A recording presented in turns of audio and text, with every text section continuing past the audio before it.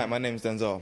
Two recent incidents that have affected me and have had a massive impact on society have been the deaths in Norway on the 22nd of July 2011 and the death of Amy Winehouse that followed soon after on the 23rd. Right now I'm in Camden, the hometown of Amy Winehouse, and I'm here to find out the people's opinions on these two events. So which event did you hear of first, the deaths in Norway or Amy Winehouse's death? Norway. Yeah. It was the Norway disasters, massacres. I think I heard the Amy Winehouse.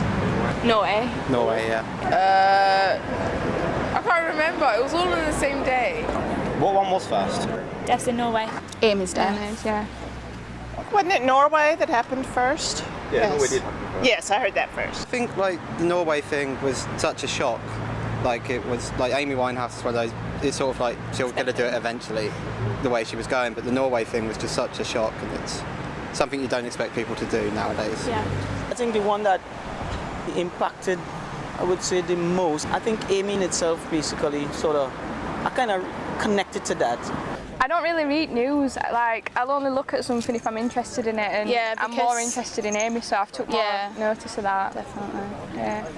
Personally, I really don't care. That's my opinion, okay? Oh, it was very tragic to lose young people, and that was, and Amy, of course, is a young person too, but there was such a great number and such a tragedy. Someone's done that intentionally with a horrible agenda, but it's a political agenda, and it's involved a bunch of school kids on a camp. And Amy Winehouse, rock stars and pop stars do bad things all the time. I'm now going to visit the Norwegian Embassy. What exactly does the Norway Embassy do? We represent Norway. We're the official representatives of the Norwegian government in the UK. How did you hear of the news in Norway?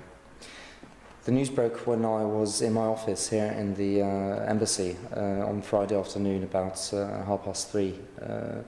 And at first a colleague of mine came rushing into my office and said that a bomb has exploded in Oslo. And I just couldn't believe what he was saying. I immediately went online and checked the various Norwegian newspapers and various media on the internet, and saw that there was a bomb that had exploded in Oslo with no further information. Yeah, it's a shame because she was a very good artist. Amy's seen as a massive figure to everyone in the world. She was my inspiration. Well, sometimes I go out by myself and I look across the water. And I think of all the things and what you're doing. In my head, I paint a picture where my body's been a mess, and I miss your ginger hair and the way you like to dress. So won't you come on over? Stop making a fool out of me. Why don't you come on over, Valerie? Valerie.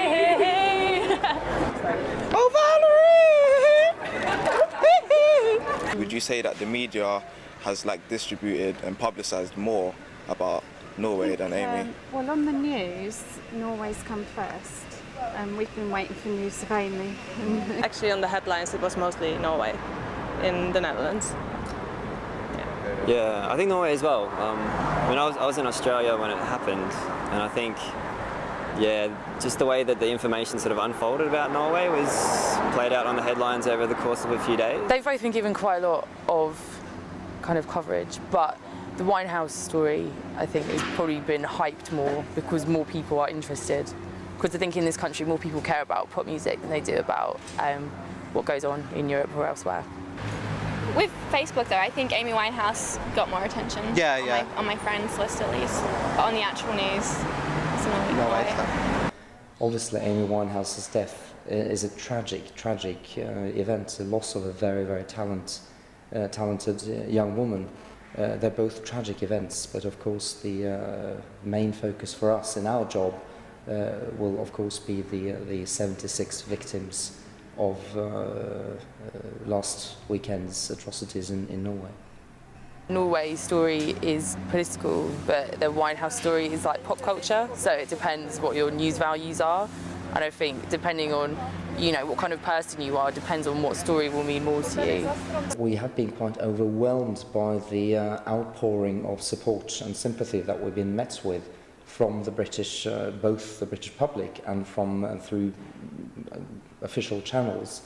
Prime Minister David Cameron was here last Monday to sign the Book of Condolences, and a whole range of representatives of British authorities and governmental bodies have been here, MPs, members of the royal family, and also a lot of ordinary Britons, men and women, who have just been queuing for hours here in front of the embassy to sign the Book of Condolences.